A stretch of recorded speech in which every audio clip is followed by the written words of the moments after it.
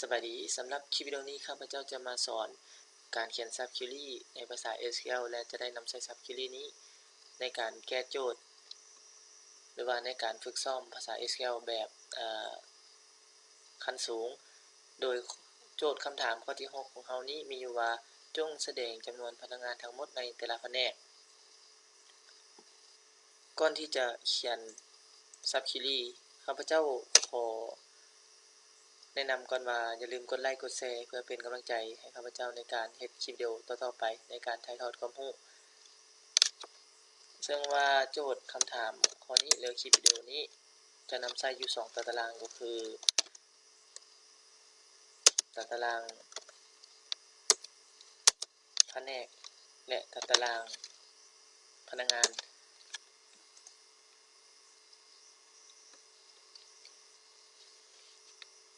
เดี๋ยวนี้ข้าพเจ้าจะแสดงข้อมูลในตารางแผนกว่ามี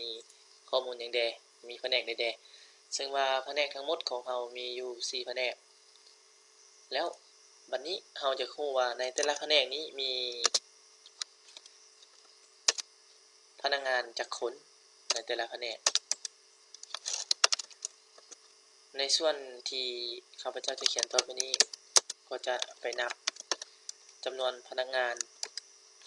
ในแต่ละแผนก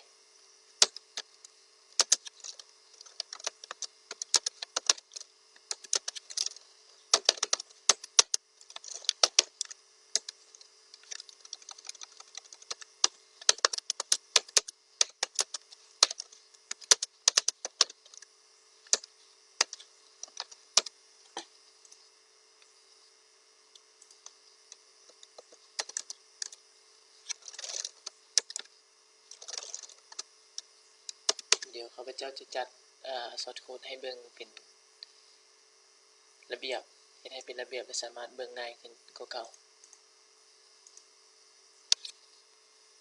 หลังจากที่เขียนคำสั่งสำเร็จแล้วให้กดไปที่ปุ่มรันแล้วเราจะได้ผลลัพธ์ก็คือ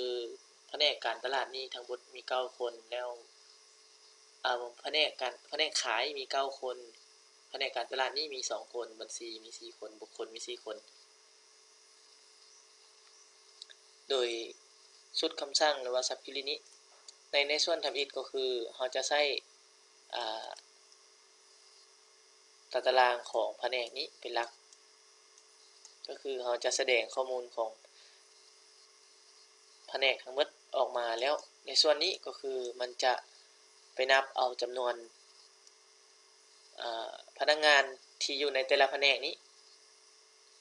โดยเราจะใช้ตัวนี้เป็นตัวอ้างอิงว่ามีรหัสแผนกใดๆในพนักงานแต่ละคนนั้นสมมุติว่าพนักงานคนนี้อยู่แผนกการตลาดก็จะเอาของการตลาดมารวมกันแล้วจะแสดงแบบนี้ถ้าหากว่าเฮาเขียนในรูปแบบซับคิวรี่แบบนี้อย่าลืมว่ามันจะต้องมีซับคิวรี่ถ้าเขียนแบบนี้โดยตรงเลยจะบ่ได้คือมันจะerror ฉะนั้นเพื่อให้เข้าใจง่ายขึ้นหรือว่าเพื่อให้การแนะนำความรู้ตัวนี้ให้เกิดประสิทธิภาพและประสิทธิผลในอนาคตนั้นอย่าลืมว่านักศึกษาจะต้องนำเอาความรู้ที่ได้จากคลิปวิดีโอนี้ไปฝึกซ้อมปฏิบัติเฮ็ดหลายๆครั้งก็จะเกิดผลสำเร็จตามมาสำหรับคลิปวิดีโอนี้ถ้าหากว่านักศึกษาคนใดยังบ่เข้าใจสามารถ